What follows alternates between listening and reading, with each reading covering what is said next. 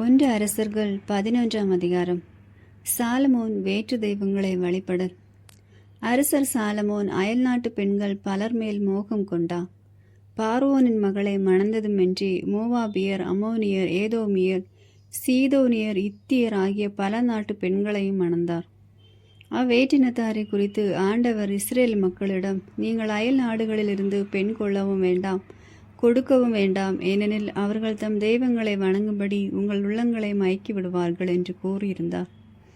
அப்படி கூறியிருந்தும் அந்நாட்டு பெண்கள் மேல் சாலமோன் மையல் கொண்டிருந்தார். சாலமோனுக்கு 700 அரச குல பெண்கள் மனைவியராகவும் 300 பெண்கள் வைப்பாட்டிகளாகவும் இருந்தார்கள். அப்பெண்கள் அவரது இதயத்தை தவறான வழியில் திருப்பி விட்டார்கள். சாலமோன் முதுமை அடைந்த போது அவருடைய மனைவியர் அவர் இதயத்தை வேற்று தெய்வங்களை பின்பற்றும்படி மாற்றிவிட்டனர். அதனால் அவர் உள்ளம் தம் தந்தை தாவீதின் உள்ளத்தை போல் கடவுளாகிய ஆண்டவருக்கு முற்றிலும் பணிந்திருக்கவில்லை. சாலமோன் சீதோனியரின் தேவதையான அஸ்தேரத்தையும் அம்மோனியரின் அருவருப்பான மில்கோமையும் வழிபடலானார். இவ்வாறு சாலமோன் ஆண்டவர் பார்வையில் தீயதெனப்பட்டதை செய்தார். தம் தந்தை தாவீது ஆண்டவரை முழுமையாக பின்பற்றியது போன்று அவர் செய்யவில்லை. சாலமோன் எருசலேமுக்கு எதிரில் இருந்த மலையில் மோவாபியரின் அருவருப்பான கோமஸுக்கும் அம்மோனியரின் அருவருப்பான மேலோவுக்கும் தொழுகை மேடு களை கட்டினார். இப்படியே தங்கள் தெய்வங்களுக்கு தூபம் காட்டி பலியிடுவதற்காக வேற்றினத்தாரான தம் மனைவியர் எல்லோருக்கும் சாலமோன் இவ்வாறு செய்து கொடுத்தார். ஆண்டவர் சாலமோன் மீது சினமுற்றார். ஏனெனில் தமக்கு இருமுறை காட்சி அளித்திருந்த இஸ்ரேலின் கடவுளாகிய ஆண்டவரிடமிருந்து அவர் இதயம் விலகி சென்றது. வேற்று தெய்வங்களை பின்பற்ற வேண்டாம் என்று ஆண்டவர் அவருக்கு கட்டளை இட்டிருந்தும் அக்கட்டளை அவர் கடைபிடிக்கவில்லை. ஆகையால் ஆண்டவர் சாலமோனை நோக்கி, நான் உன்னோடு செய்த உடன்படிக்கையும் நான் உனக்கு விதித்த நியமங்களை மீறி நீ இவ்வாறு நடந்து கொண்டதால் உன் அரசை உன்னிடமிருந்து பறித்து அதை உன் பழையாளனுக்கு கொடுக்கப் போவது உறுதி. ஆயினும் உன் தந்தை தாவீதின் பொருட்டு உன் காலத்தில் நான் இதை செய்ய மாட்டேன். உன் மகன் கையினின்று அதை பறித்து விடுவேன். ஆயினும் அரசு முழுவதையும் பறித்து விடாமல் என் அடியான் தாவீதின் பொருட்டும் நான் தேர்ந்து கொண்ட எருசலேமின் பொருட்டும் ஒரு குலத்தை உன் மகனிடம் விட்டு வைப்பேன் என்றார். சாலமோனின் எதிரிகள். பிறகு ஆண்டவர் ஏதோமியனாகிய அதாது என்பவனை சாலமோனுக்கு எதிராக எழச் செய்தார். அவன் ஏதோமன்னன் குலத்தை சார்ந்தவன். முன்பு தாவீது ஏதோமில் இருந்தபோது படைத்தலைவன் யோவாபு ஏதோமின் எல்லா ஆண்களையும் வெட்டி வீழ்த்தி புதைக்க சென்றான். யோவாபு இஸ்ரேல் அனைவரும் அங்கு 6 மாதம் தங்கியிருந்து ஏதோமில் இருந்து எல்லா ஆண்களையும் வெட்டி வீழ்த்தினார். ஆனால் அதாவது அவன் தந்தையின் ஏதோமிய பணியாளர்கள் சிலரோடு சேர்ந்து எகிப்துக்கு தப்பி ஓடிப்போனான். அப்போது அவன் சிறு பையனாயிருந்தான். அவர்கள் மிதியானிலிருந்து புறப்பட்டு பாரானுக்கு சென்று பாரானில் சில ஆட்களை சேர்த்து கொண்டு எகிப்திய அரசன் பார்வோனிடம் சென்றார்கள். பார்வோன் அதாதுக்கு வீடொன்று கொடுத்து உணவுக்கு வழி செய்து நிலமும் அளித்தான். பார்வோனுக்கு அதாது மிக உகந்தவனாய் இருந்தபடியால் தம் மனைவியும் அரசியுமான தகப்பனேசன் தங்கையை அவனுக்கு மணமுடித்து வைத்தான். தகப்பனேசன் தந்தையாகி இவள் அவனுக்கு கெனபுத்து என்ற ஒரு மகனை பெற்றாள். தகப்பனேஸ் அவனை பார்வோன் வீட்டில் வளர்த்தாள். அப்படியே கெனுபுத்து பார்வோனின் வீட்டில் அவனுடைய புதல்வருடன் வளர்ந்து வந்தான். தாவீது துயில் கொண்டு தம் மூதாதையரோடு சேர்ந்து கொண்டார் என்றும் படைத்தலைவர் யோவாபு இறந்துவிட்டார் என்றும் எகிப்தில் அதாவது கேள்விப்பட்டு பார்வோனை நோக்கி, நான் என் சொந்த நாட்டுக்கு போக விரும்புகிறேன், என்னை அனுப்பி வைக்க வேண்டும் என்றான். அதற்கு பார்வோன், நீ உன் சொந்த நாட்டுக்கு போக விரும்புவது ஏன்? இங்கு உனக்கு என்ன குறை என்று கேட்டான். அதற்கு அவன், ஒரு குறையும் இல்லை, ஆயினும் எனக்கு போக விடை தாரும் என்றான். மேலும் கடவுள் எலியாதாவின் மகன் ராசானையும் சாலமோனுக்கு எதிராக எழச் செய்தார். அவன் தன் தலைவனாகிய அதோசர் என்னும் சோபா நாட்டு மன்னனிடமிருந்து தப்பி ஓடியவன். முன்பு தாவீது படையெடுத்து அந்நாட்டினரை வெட்டி வீழ்த்திய போது இரேசோன் தன்னோடு சிலரை சேர்த்து கொண்டு தன் தலைமையில் ஒரு கிளர்ச்சி கூட்டத்தை அமைத்து கொண்டான். அவன் அவர்களோடு தமஸ்குக்கு சென்று அதில் குடியேறி அங்கே அரசனானான். சாலமோன் வாழ்நாள் முழுவதும் அவன் இஸ்ரேலின் எதிரியாயிருந்தான். அவன் சிரியாவை ஆண்டு கொண்டு இஸ்ரேலை பகைத்து அதாதே போல் தீங்கிழைத்து வந்தான். எரோமியாவுக்கு கடவுள் தந்த வாக்குறுதி. எப்ராஹிமின் செரோதாவை சார்ந்த நெபாட் என்பவனின் மகனும் சாலமோனின் பணியாளர் ஒருவனுமான எரோபா அரசருக்கு எதிராக கிளர்ச்சி செய்தான். அவனுடைய தாய் செருவா என்பவள் ஒரு கைம்பெண். அவன் அரசருக்கு எதிராக கிளர்ச்சி செய்ததன் விவரம் பின்வருமாறு. சாலமோன் கீழே தாங்கு தளத்தை கட்டி தம் தந்தை தாவீது நகரில் இடிந்து போன இடங்களை பழுது பார்த்தான். யெரொபெயாம் ஆற்றல் மிக்கவனாயிருந்தான். அவன் செயல்திறமை மிக்க ஓர் இளைஞன் என்று கண்டு சாலமோன் யோசேப்பு வீட்டிலிருந்து கட்டாய வேலை செய்ய வந்த அனைவரையும் கண்காணிக்கும் பொறுப்பை அவனிடம் ஒப்படைத்திருந்தான். ஒரு நாள் யெரொபெயாம் எருசலேமிலிருந்து வெளியே போனபோது சிலோவை சார்ந்த அகியா என்ற இறைவாக்கினர் அவனை வழியில் கண்டான். அவர் புது சால்வை ஒன்று அணிந்திருந்தார். இருவரும் வயல்வெளியை தனித்திருந்தனர். அப்பொழுது அகியா தாம் போர்த்தியிருந்த புது சால்வையை எடுத்து அதை 12 துண்டுகளாக கிழித்தான். பிறகு அவர் யெரொபெயாமை நோக்கி பின்வருமாறு கூறினார்: இவற்றில் 10 துண்டுகளை உனக்கென எடுத்துக்கொள். ஏனெனில் இஸ்ரேலின் கடவுளாகிய ஆண்டவர் உனக்கு இவ்வாறு கூறுகிறார்: இதோ, நான் சாலமோன் கையில் நின்று அரசை பறித்து 10 குலங்களை உனக்கு அளிக்கப் போகிறேன். ஆயினும் என் ஊழியன் தாவீதை முன்னிட்டும் இஸ்ரேலின் நகர்கள் அனைத்திலிருந்து நான் தேர்ந்து கொண்ட எருசலேம் நகரை முன்னிட்டும் ஒரு குலம் மட்டும் அவன் கையில் இருக்கும். ஏனெனில் சாலமோன் என்னை விட்டு விலகி சீதோனியரின் தேவதையான அஸ்தரேத்து, மோவாபியரின் தெய்வமான கெமேசு, அமோனின் தெய்வமான மில்கோம் ஆகியவற்றை வழிபட்டு வருகிறான். அவனுடைய தந்தை தாவீது நடந்தது போல் அவன் என் வழிகளை பின்பற்றவில்லை. என் முன்னிலையில் நேர்மையாக நடக்கவில்லை. என் நியமங்களை நீதி சட்டங்களை கடைபிடிக்கவும் இல்லை. ஆயினும் அரசு முழுவதையும் அவன் கையில் இருந்து நான் எடுத்துவிடப் போவதில்லை. நான் தெரிந்து கொண்டவனும் என் விதிமுறைகளை நியமங்களை கடைபிடித்தவனுமான என் ஊழியன் தாவீதின் பொருட்டு அவன் வாழ்நாள் முழுவதும் அரசனாக இருக்கும்படி செய்வேன். எனினும் அரசை அவன் மகன் கையிலிருந்து எடுத்து அதிலிருந்து 10 குலங்களை உனக்கு கொடுப்பேன். எனது பேர் நிலைத்திருக்குமாறு நான் தேர்ந்து கொண்ட நகராகிய எருசலேமின் என் திருமுனடியான் தாவீதின் குலவிளக்கு எந்நாளும் என் முன்னணியில் ஒளிரும் வண்ணம் நான் அவன் மகனுக்கு ஒரு குலத்தை அளிப்பேன். உன் விருப்பப்படியே நீ ஆட்சி செலுத்தும்படி உன்னை நான் இஸ்ரேலின் அரசனாய் அமர்த்துவேன். நான் கட்டளையிட அனைத்தையும் நீ கேட்டு என் வழிகளில் நடந்து என் ஊழியன் தாவீது செய்தது போல் என் நியமங்களை விதிமுறைகளையும் கை கொண்டு எனக்கு ஏற்புடையதாய் செய்தால் நான் உன்னோடு இருந்து தாவீதின் குடும்பத்தைப் போல உன் குடும்பத்தை நிலைநாட்டி இஸ்ரேலை உன்னிடம் ஒப்படைப்பேன். தாவீதின் வழிமரபினர் செய்தவற்றுக்காக அவர்களை தாழ்வுற செய்வேன். ஆயினும் எந்நாளும் அன்று இதன் பொருட்டு சாலமோன் யெரொபெயாமை கொல்ல வழி தேடினான்.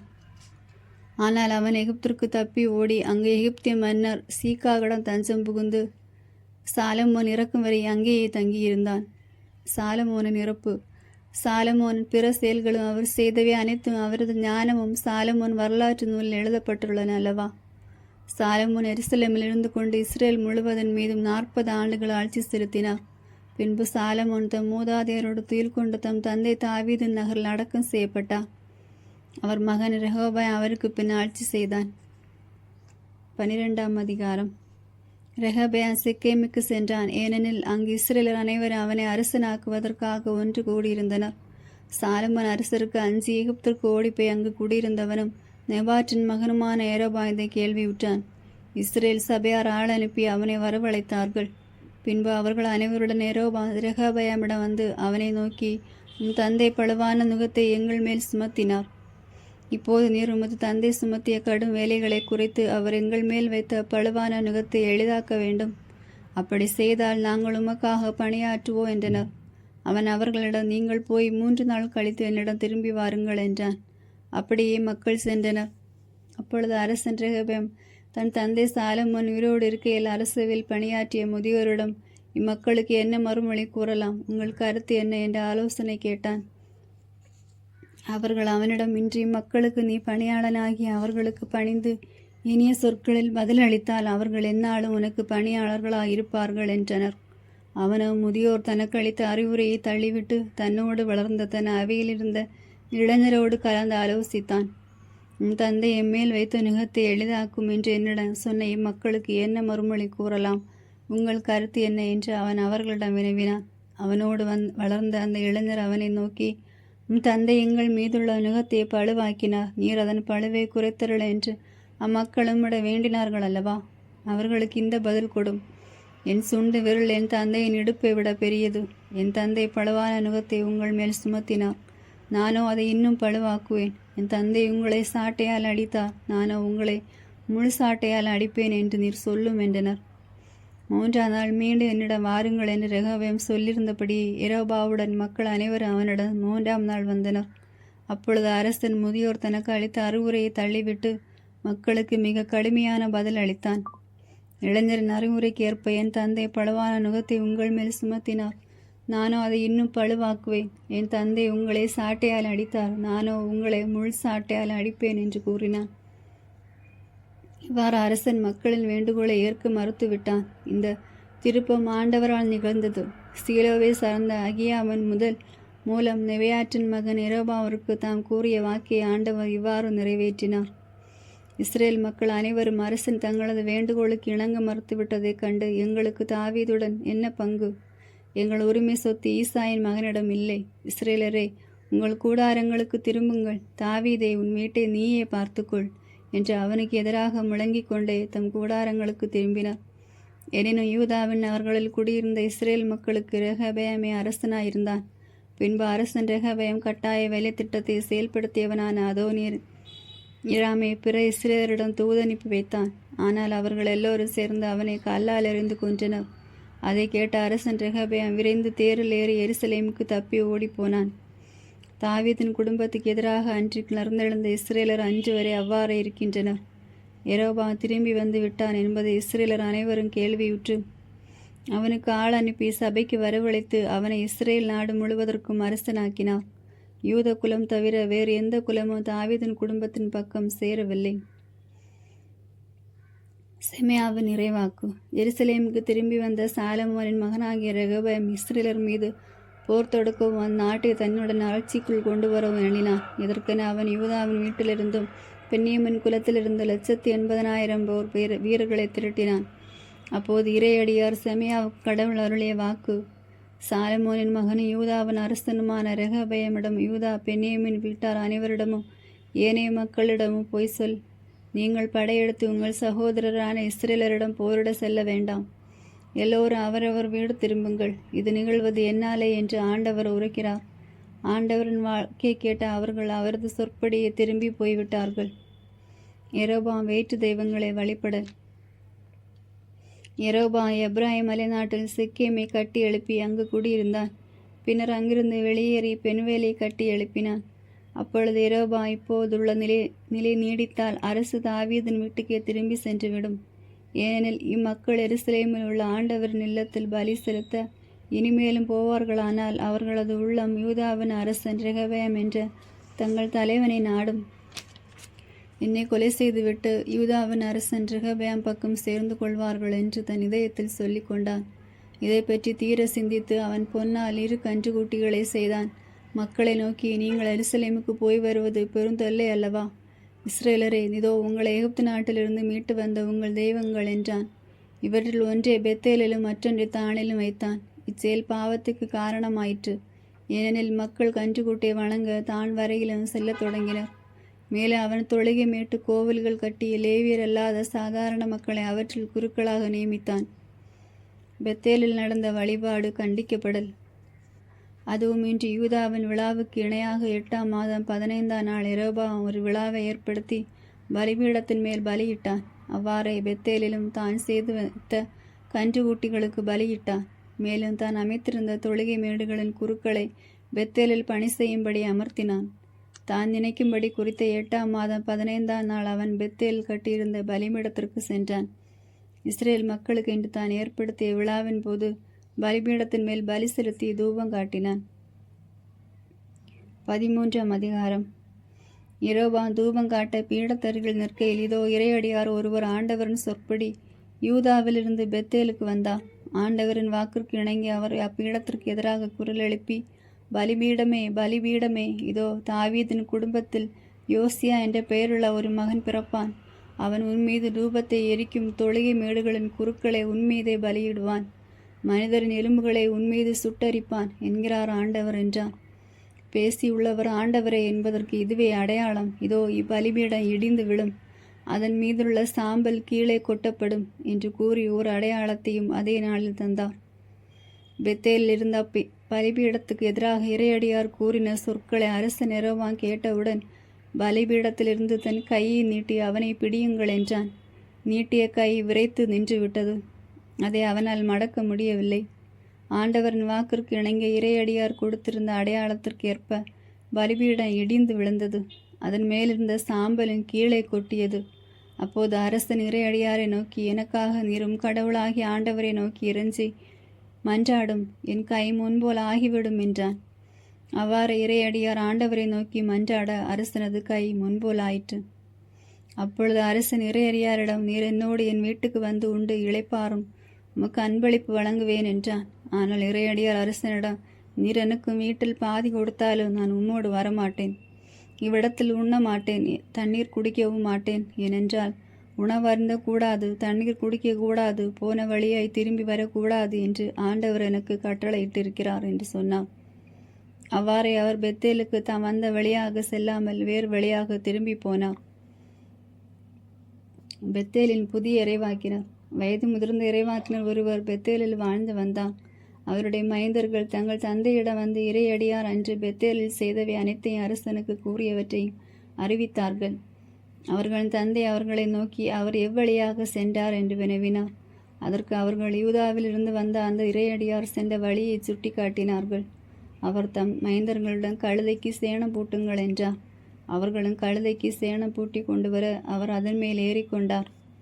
அந்த இறையடியாரை பின்தொடர்ந்து சென்று அவர் ஒரு கருவாலி மரத்தடியில் அமர்ந்திருப்பதைக் கண்டு, யூதாவிலிருந்து வந்த இறையடியார் நீர்தாமோ என்று அவரை கேட்டார். அதற்கு அவர், நான் தான் என்றார். முதியவர் அவரை நோக்கி, என்னோடு என் வீட்டிற்கு வந்து உணவருந்து என்று கேட்டுக்கொண்டார். அதற்கு அவர், நான் திரும்பி உம்மோடு வர இயலாது, இந்த இடத்தில் உம்மோடு உணவருந்த மாட்டேன், தண்ணீர் குடிக்கவும் மாட்டேன். ஏனென்றால் அங்கே நீ உணவருந்த கூடாது, தண்ணீர் குடிக்க கூடாது, போன வழியாய் திரும்பி வரக்கூடாது என்று ஆண்டவர் எனக்கு கூறியிருக்கிறார் என்றார். அதற்கு முதியவர், உம்மை போல் நானும் இறைவாக்கினர்தான். உணவருந்தி தண்ணீர் குடிக்க நீ அவனை உன் வீட்டுக்கு அழைத்து கொண்டு போய் என்று ஆண்டவர் ஒரு வானதூதர் வாயிலாக எனக்கு சொன்னார் என்றார். ஆனால் அவர் சொன்னதோ பொய். ஆயினும் இறையடியார் அதை நம்பி அவரோடு திரும்பி சென்று அவரது வீட்டில் உணவருந்தி தண்ணீர் குடித்தார். அவர்கள் பந்தியில் அமர்ந்திருந்த போது அவரை அழைத்து கொண்டு வந்த இறைவாக்கினரின் ஆண்டவரின் வாக்கு உரைக்கப்பட்டது. அவர் யூதாவிலிருந்து வந்த இறையடியாரை நோக்கி உரத்த குரலில், ஆண்டவர் கூறுவது இதுவே, ஆண்டவரின் சொல்லே நீ மீறினாய். உன் கடவுளாகி ஆண்டவர் உனக்கிட்ட கட்டளையின்படி நீ நடக்கவில்லை. நீ உணவு அருந்தவும் தண்ணீர் குடிக்க வேண்டாம் என்று ஆண்டவர் உனக்கு கட்டளையிட்டிருக்க, நீர் அவர் விலக்கின இடத்திற்கு திரும்பி வந்து உணவு அருந்தி தண்ணீர் குடித்ததால் உனது சடலம் உன் மூதாதையரின் கல்லறையில் வைக்கப்பட மாட்டாது என்று கூறினார். அழைத்து வரப்பட்ட இறைவாக்கினர் உண்டு குடித்த பிறகு முதியவர் அவருக்காக கழுதைக்கு சேணம் பூட்டி கொடுத்தார். அவர் திரும்பி போகையில் ஒரு சிங்கம் வழியில் அவரை கண்டு அடித்து கொன்றது. அவரது சடலம் வழியில் கிடந்தது. அதன் அருகில் கழுதை நின்று கொண்டிருந்தது. சிங்கம் அச்சடலத்தின் அருகே நின்று கொண்டிருந்தது. வழியே சென்ற ஆட்கள் வழியில் கிடந்த சடலத்தை அதன் அருகில் நின்று கொண்டிருந்த சிங்கத்தையும் கண்டனர். அவர்கள் முதிய இறைவாக்கினர் குடியிருந்த நகருக்கு வந்து அதை தெரிவித்தார்கள். தம் வழியே சென்ற இறையடியாரை திரும்பி வர செய்த இறைவாக்கினர் அதை கேட்டபோது, இந்த இறையடியார் ஆண்டவரின் சொல்லை மீறியவர், எனவே ஆண்டவர் அவருக்கு சொல்லி இருந்தபடியே அவரை சிங்கத்துக்கு இரையாக்கினார், அது அவரை பீறி கொன்று விட்டது என்றார். பின்னர் தம் மைந்தரை நோக்கி, எனக்காக கழுதைக்கு சேணம் பூட்டுங்கள் என்றார். அவர்களை சேணம் பூட்டினார்கள். அவர் புறப்பட்டு சென்று வழியில் அந்த இறையடியாரின் சடலம் கிடப்பதை, அதன் அருகில் கழுதையும் சிங்கமும் நிற்பதை கண்டார். அந்த சிங்கமோ சடலத்தை தின்னவும் இல்லை, கழுதையை பீறி போடவும் இல்லை. அப்பொழுது அந்த முதிய இறைவாக்கினர் இறையடியாரின் சடலத்தை எடுத்து கழுதையின் மேல் ஏற்றி துக்கம் கொண்டாடவும் அதை அடக்கம் செய்யவும் தம் ஊருக்கு கொண்டு வந்தார். அவர் அவரது சடலத்தை தம் கல்லறையில் அடக்கம் செய்தார். பிறகு அவர்கள், ஐயோ என் சகோதரனை என்று அவருக்காக புலம்பி துக்கம் கொண்டாடினார்கள். அவர் அவரை அடக்கம் செய்த பின் தம் மைந்தரை நோக்கி, நான் இறந்த பின் இறையடியாராகி இவர் அடக்கம் செய்யப்பட்ட கல்லறையிலே என்னையும் அடக்கம் செய்யுங்கள். அவர் எலும்புகள் அருகே என் எலும்புகளையும் வையுங்கள். பெத்தேலில் இருக்கும் பலிபீடத்தையும் சமாரியாவின் அவர்களில் இருந்து எல்லா தொழுகை மீட்டு கோவில்களையும் பற்றி அவர் கூறிய ஆண்டவரின் வாக்கு திண்ணமாக நிறைவேறும் என்றார். யெரொபெயாமின் மாபெரும் பாவம். இவற்றின் பின்னர் யெரொபெயாம் தன் தீய வழியை விட்டு விலகாமல் சாதாரண மக்களை தொழுகை மீட்டு குருக்களாக அமர்த்தினான். யார் விரும்பினார்களோ அவர்களை அவன் திருநிலைப்படுத்த அவர்கள் தொழுகை மீட்டு குருக்கள் ஆயினர். இச்செயல் யெரொபெயாமின் வீடு பாவத்திற்கு உள்ளாவதற்கும் மண்ணிலிருந்து அழிந்தொழிந்து போவதற்கும் காரணமாயிற்று. 14ஆம் அதிகாரம். யெரொபெயாமின் மகன் சாதல். அக்காலத்தில் யெரொபெயாமின் மகன் அபியா நோயுற்றான். அப்போது யெரொபெயாம் தன் மனைவியை பார்த்து, நீ யெரொபெயாம் மனைவி என்று ஒருவர் அறியாதபடி மாறுவேடம் பூண்டு சீலோவுக்கு போ, நான் இம்மக்களுக்கு அரசனாவேன் என்று சொன்ன இறைவாக்கினர் அகியா அங்கேதான் குடியிருக்கிறார். 10 அப்பங்களையும் தின்பண்டங்களையும் ஒரு கலையும் தேனை எடுத்துக்கொண்டு அவரிடம் போ. பிள்ளைக்கு என்ன நேரும் என்று அவர் உனக்கு அறிவிப்பார் என்றான். யெரொபெயாம் மனைவி அவ்வாறே செய்தாள். அவள் சீலோவுக்கு புறப்பட்டு போய் அகியாவின் வீட்டை அடைந்தாள். அகியா முதியவராயிருந்ததால் கண்கள் மங்கி பார்க்க முடியாதவராயிருந்தார். ஆண்டவர் அகியாவிடம், இதோ எபோர் அவன் மனைவி நோயிற்றிருக்கிற தன் மகனை பற்றி உன்னிடம் கேட்க வருகிறாள். நான் கூறுவண்ண நீ அவளிடம் பேச வேண்டும். அவள் மாறுவேடத்தில் வருகிறாள் என்றார். அவ்வாறே அவள் வாயிலில் நுழைந்தவுடன் அவளது காலடி ஓசை கேட்ட அகியா கூறியது, யெரொபெயாமின் மனைவியே, உள்ளே வா. மாறுவேடத்தில் நீ வருவது ஏன்? துயரமான செய்தியை உனக்கு சொல்ல வேண்டும் என்பது எனக்கு வந்த கட்டளை. நீ யெரொபெயாமிடம் போய், இஸ்ரேலின் கடவுளாகிய ஆண்டவர் இவ்வாறு கூறுகின்றார், மக்களிடையே நான் உன்னை உயர்த்தினேன். என் மக்களாகிய இஸ்ரேலுக்கு உன்னை தலைவனாக்கினேன். தாவீதின் வீட்டு நின்று அரசை பிடுங்கி அதை உன் கையில் ஒப்படைத்தேன். ஆயினும் என் ஊழியன் தாவீதைப் போல் நீ நடந்து கொள்ளவில்லை. அவன் என் விதிமுறைகளை கைக்கொண்டு நான் காட்டிய வழியில் தன் முழு இதயத்தோடு நடந்து என் பார்வையில் ஏற்புடையவை மட்டுமே செய்தான். நீயோ அவ்வாறு செய்யவில்லை. அது மட்டுமின்றி உனக்கு முன் ஆட்சியில் இருந்த எல்லாரையும் விட நீ மிகுதியான தீமைகளை செய்துள்ளாய். நீ போய் வேற்று தெய்வங்களை வார்ப்பு சிலைகளை உனக்கென உருவாக்கி கொண்டு என்னை ஒதுக்கி தள்ளினாய், எனக்கு சினமூட்டினாய். ஆகியால் யெரொபெயாம் வீட்டுக்கு அழிவு வரும். இஸ்ரேலில் அடிமையாகவோ குடிமகனாகவோ உள்ள யெரொபெயாமின் ஆண் மக்கள் அனைவரையும் அழித்து விடுவேன். குப்பையை எரித்து ஒன்றுமில்லாமல் ஆக்குவது போல் யெரொபெயாமின் வீட்டை அறவே அழித்தொழிப்பேன். யெரொபெயாமை சார்ந்தவர்கள் நகரில் மடிபவர்கள் நாய்களுக்கு இரையாவார். வயல்வெளியில் மடிபவர் வானத்து பறவைகளுக்கு இரையாவார். இது ஆண்டவர் தரும் வாக்கு. நீ புறப்பட்டு உன் வீட்டிற்கு போ. இந்நகரினுள் கால் வைத்தவுடன் உன் பிள்ளை இறந்து போவான். அவனுக்காக இஸ்ரேல் அனைவரும் துக்கம் கொண்டாடி அவனை அடக்கம் செய்வர். யெரொபெயாமின் வீட்டில் அவன் ஒருவன் மட்டுமே இஸ்ரேலின் கடவுளாக ஆண்டவருக்கு உகந்தவனாயிருந்ததால் அவன் மட்டும் கல்லறையில் அடக்கம் செய்யப்படுவான். ஆண்டவர் தாமே இஸ்ரேலுக்கு ஒரு அரசனை எழுப்புவார். அவன் இன்றே இப்போதே யெரொபெயாமின் வீட்டை அழித்து விடுவான். ஆண்டவர் இஸ்ரேலை தண்டிப்பார். தண்ணீரால் நாணல் போல் அவர்கள் அலக்களிக்கப்படுவார்கள். அவர்களுடைய மூதாதையருக்கு தாம் வழங்கியிருந்த நல்ல நாட்டிலிருந்து இஸ்ரேலரை வேரோடு பிடுங்குவார். அவர்களை யூப்ரதீஸ் ஆற்றுக்கு அப்பால் சிதறடிப்பார். ஏனெனில் அவர்கள் அசோகர கம்பங்கள் செய்து ஆண்டவருக்கு சினமூட்டினர். யெரொபெயாம் செய்த பாவத்திற்காகவும் அவன் காரணமாக இஸ்ரேல் செய்த பாவத்திற்காகவும் ஆண்டவர் இஸ்ரேலை கைவிட்டு விடுவார். பிறகு யெரொபெயாமின் மனைவி புறப்பட்டு தீர்சாவுக்கு வந்தாள். அவள் தன் வீட்டு வாயிலில் கால் வைத்தவுடன் பிள்ளை இறந்து போனான். இறைவாக்கினரான அகியா என்ற தம் அடியார் மூலம் ஆண்டவர் சொல்லியிருந்த வாக்கின்படி அப்பிள்ளையை அடக்கம் செய்து இஸ்ரேலர் எல்லோரும் துக்கம் கொண்டாடினர். யெரொபெயாமின் சாவு. யெரொபெயாமின் பிற செயல்கள், அவன் செய்த போர், அவனது ஆட்சியை பற்றிய விவரங்கள் அனைத்தும் இஸ்ரேல் அரசர்களின் குறிப்பேட்டில் எழுதப்பட்டுள்ளன அல்லவா? யெரொபெயாம் 22 ஆண்டுகள் ஆட்சி செய்த பின் தன் மூதாதையரோடு துயில் கொண்டான்.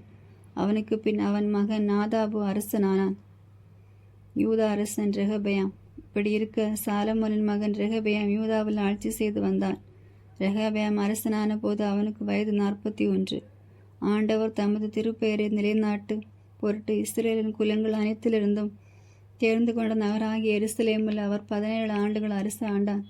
அம்மோனிய நாட்டினனான நாமா என்பவளை அவன் தாய். யூத நாட்டு மக்கள் ஆண்டவரின் பார்வையில் தீயதெனப்பட்டதை செய்தார்கள். அவர்கள் தம் மூதாதையர் செய்த எல்லாவற்றையும் விட மிகுதியான பாவம் செய்து அவருக்கு பொறாத சினத்தை கிளப்பினர். அவர்கள் தொழுகை மேடுகள் எழுப்பி ஒவ்வொரு உயர்குன்றிலும் பசுமரத்தின் அடியிலும் கால் தூண்களையும் அசோகர கம்பங்களை நிறுத்தினார். நாட்டில் விலை ஆடவர் இருந்தனர். இஸ்ரேல் உள்ள மக்கள் முன்னிராதபடி ஆண்டவர் விரட்டி அடித்த வேற்றினத்தாரின் அருவருப்பான செயல்கள் அனைத்தையும் அவர்கள் செய்தார்கள். ரெகொபெயாம் ஆட்சி செய்த 5ஆம் ஆண்டில் எகிப்தில் மன்னனாகிய சீசாக்கு எருசலேமின் மீது படையெடுத்து வந்தான். ஆண்டவரது இல்லத்தின் செல்வங்களையும் அரசனது அரண்மனையின் செல்வங்களையும் சாலமோன் செய்து வைத்த பொற்கேடயங்கள் எல்லாவற்றையும் கொள்ளையடித்து கொண்டு போனான். அக்கேடயங்களுக்கு பதிலாக அரசன் ரெகொபெயாம் வெண்கல கேடயங்களை செய்து அவற்றை அரண்மனை வாயிற்காக காப்போரின் தலைவர்களிடம் கொடுத்தான். அரசன் ஆண்டவரது இல்லத்திற்குள் நுழையும் போதெல்லாம் அரண்மனை காவலர்கள் அவற்றை தூக்கி கொண்டு போய் திரும்பி வந்து அவற்றை காவலறையில் வைப்பார்கள். ரெகொபெயாமின் பிற செய்திகளும் அவன் செய்தவையாவும் யூதா அரசர்களின் குறிப்பேட்டில் எழுதப்பட்டுள்ளன அல்லவா? ரெகொபெயாவுக்கும் யெரொபெயாமுக்கும் இடையே அவர்கள் ஆண்ட காலமெல்லாம் தொடர்ந்து போர் நடந்து வந்தது. ரெகேபேன் தன் மூதாதையரோடு துயில் கொண்டு அவர்களோடு தாவீது நகரில் அடக்கம் செய்யப்பட்டான். அம்மோனிய நாட்டினர்களான நாமா என்பவளே அவன் தாய். அவனுக்கு பின் அவனுடைய மகன் அபியாம் அரசனானான். 15ஆம் அதிகாரம். நெபாட்டின் மகன் எரோபா ஆட்சியேற்ற 18ஆம் ஆண்டில் அபியாம் யூதாவின் அரசனானான். அவன் எருசலேமில் 3 ஆண்டுகள் ஆட்சி செலுத்தினான். அபிலோசமின் மகள் மாக்கா என்பவளே அவன் தாய். அவனுக்கு முன் அரசனாயிருந்த அவன் தந்தை செய்த எல்லா பாவங்களையும் அவனும் செய்தான். அவன் உள்ளம் தம் மூதாதையார்ன தாவீதின் உள்ளத்தைப் போல் கடவுளாகி ஆண்டவருக்கு முற்றிலும் பணிந்திருக்கவில்லை. ஆயினும் தாவீதின் பொருட்டு அவளுடைய கடவுளாகி ஆண்டவர் எருசலேமில் அவரது குலவிளக்கை ஒளிர செய்தார். அவருடைய மகனை அவருக்கு பின் எழுப்பி எருசலேமை நிலைபெற செய்தார். ஏனெனில் தாவீது ஆண்டவரின் திருமுன் நேர்மையுடன் நடந்து வந்தார். நித்தியனான உரியாவுடன் நடந்து கொண்ட முறையை தவிர தம் வாழ்நாளெல்லாம் அவர் ஆண்டவரின் கட்டளைகளை நின்று வழுவியதில்லை. அபியாம் ஆண்ட காலமெல்லாம் அவனுக்கு எரோபாவுக்கும் இடையே தொடர்ந்து போர் நடந்து வந்தது. அபியாமின் பிற செயல்களும் அவன் செய்தவையாவும் யூத அரசர்களின் குறிப்பேட்டில் எழுதப்பட்டுள்ளன அல்லவா. அபியாமிற்கு எரோபியாவுக்கும் இடையே போர் நடந்தது. பிறகு அபியாம் தன் மூதாதையரோடு துயில் கொண்டு தாவீதின் நகரில் அடக்கம் செய்யப்பட்டான். அவனுக்கு பின் அவன் மகன் ஆசா அரசனானான். யூதா அரசன் ஆசா.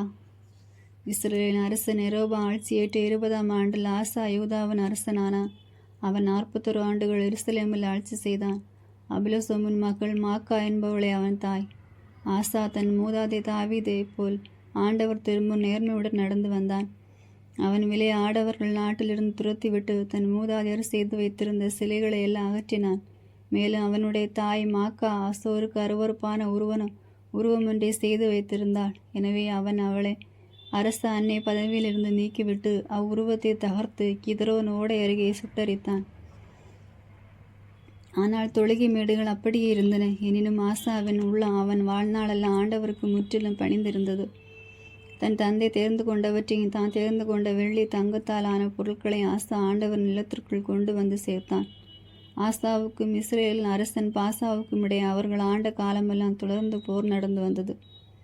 இஸ்ரேலின் அரசன் பாசா யூதாவின் மீது படையெடுத்து வந்து அரசன் ஆசாவுடன் இருந்த போக்குவரத்தை தடுக்க இடையில் ராமா நகரை கட்டினான். ஆசா ஆண்டவரது இல்லத்தின் செல்வங்களில் அரண்மனை செல்வங்களில் எஞ்சியிருந்த எல்லா வெள்ளியையும் பொன்னையும் தன் பணியாளர் மூலம் எசோனியின் மகனான தபரிமோனுக்கு பிறகு தமஸ்குவில் வாழ்ந்த பெனதாது என்ற சிறிய மன்னனுக்கு அனுப்பி கூறியது, என் தந்தையும் செய்தது போல் நீரும் நான் உடன்படிக்கை செய்து கொள்வோம். இதற்கென பொன் வெள்ளி முதலியவற்றை நான் உமக்கு அன்பளிப்பாய் அனுப்புகிறேன். இஸ்ரேல் அரசன் பாசாவோடு நீர் செய்து கொண்ட உடன்படிக்கையை முறித்துவிடும். அப்பொழுது அவன் என்னை விட்டு அகன்று போவான். பெனதாத அரசன் ஆசாவுக்கு இணங்கி தன் படைத்தலைவர்களை இஸ்ரேல் நகர்களின் மேல் படையெடுக்குமாறு அனுப்பினான். அவர்கள் ஈயோன், தான், ஆபேல், பெத்மாக் ஆகிய நகர்களை கிணரோத்து முழுவதையும் நப்தலி நாடு அனைத்தையும் தாக்கி முறியடித்தார்கள். பாசா இது கேள்வியுற்று ராமாவை கட்டுவதை நிறுத்திவிட்டு தீர்சா நகருக்கு திரும்பினான். அப்பொழுது அரசன் ஆசா யூதா முழுவதற்கும் விதிவிலக்கின்றி அனைவருக்கும் ஆணையிட்டான். அதன்படி அவர்கள் பாசா ராமாவை கட்டுவதற்கு பயன்படுத்திய கற்களையும் மரங்களையும் எடுத்து வந்தனர். அவற்றை கொண்டு அரசன் ஆசா பென்யமனை சார்ந்த கேபாவையும் மிஸ்பாவையும் கட்டி எழுப்பினான். ஆசாவின் பிற செயல்களும் அவனுடைய எல்லா வீர செயல்களும் அவன் செய்தவையாவும் அவன் நகர்களை கட்டியதும் யூதா அரசர்களின் குறிப்பேட்டில் எழுதப்பட்டுள்ளன அல்லவா. முதிய வயதில் அவன் கால்களில் நோய் கண்டது. ஆசா தன் மூதாதையரோடு துயில் கொண்டு தன் மூதாதை தாவீது நகரில் அடக்கம் செய்யப்பட்டான். அவனுக்கு பின் அவன் மகன் யோசாபாத்து அரசனானான். இஸ்ரேல் அரசன் நாதாபு. யூதாவின் அரசன் ஆசா ஆட்சியேற்ற 2ஆம் ஆண்டில் எரோபாவின் மகன் நாதாபு இஸ்ரேல் அரசனானான். அவன் இஸ்ரேல் மீது 7 ஆண்டுகள் ஆட்சி செய்தான். அவன் ஆண்டவரின் பார்வையில் தீயதெனப்பட்டதை செய்து தன் தந்தையின் வழியிலே நடந்து அவனைப் போலவே இஸ்ரேல் பாவம் செய்ய காரணமாயிருந்தான். இசாக்கார் வீட்டை சேர்ந்த அகியாவின் மகன் பாசா அவனுக்கு எதிராக சூழ்ச்சி செய்தான். நாதாபும் இஸ்ரேல் படை முழுவதும் பெலிஸ்தியருடைய கிபதோன் என்ற நகரை முற்றுகையிட்டிருக்கையில் பாசா அங்கே சென்று அவனை வெட்டி வீழ்த்தினான். இவ்வாறு யூதாவின் அரசன் ஆசா ஆட்சியேற்ற 3ஆம் ஆண்டில் பாசா நாதாபோவை கொன்றுவிட்டு அவனுக்கு பதிலாக அரசனானான். அவன் அரசனானவுடன் எரோவாவின் குடும்பத்தினர் அனைவரையும் கொன்று போட்டான். சீலோவை சார்ந்த அகியா என்ற தம் ஊழியர் மூலம் ஆண்டவர் வைத்த வாக்கின்படி எரோவாவின் குடும்பத்தவர் அனைவரையும் எந்த உயிரையும் விட்டு வைக்காமல் அடியோடு அழித்தான். இந்த அழிவுக்கு யெகோவா தானே பாவங்கள் செய்தும் இஸ்ரேலர் பாவம் செய்ய காரணமாயிருந்தும் இவற்றில் இஸ்ரேலின் கடவுளாகிய ஆண்டவருக்கு அவர் சினமூட்டியதுமே காரணம். நாதாபின் பிற செயல்களும் அவன் செய்தவையாவும் இஸ்ரேல் அரசர்களின் குறிப்பேட்டில் எழுதப்பட்டுள்ளன அல்லவா? ஆசாவுக்கு இஸ்ரேல் அரசன் பாசாவுக்கும் இடையே அவர்கள் ஆண்ட காலமெல்லாம் தொடர்ந்து போர் நடந்து வந்தது. இஸ்ரேல் அரசன் பாசா. யூதாவின் அரசன் ஆசா ஆட்சியேற்ற 3ஆம் ஆண்டில் அகியாவின் மகன் பாசா இஸ்ரேல் முழுவதன் மீதும் தேசாவில் இருந்து கொண்டு 25 ஆண்டுகள் ஆட்சி செய்தான். அவனும் ஆண்டவரின் பார்வையில் தீயதெனப்பட்டதை செய்தான். யெகோவாவின் வழியிலே நடந்து அவனை போல் இஸ்ரேலர் பாவம் செய்ய காரணமாயிருந்தான். ஆமேன். God bless you.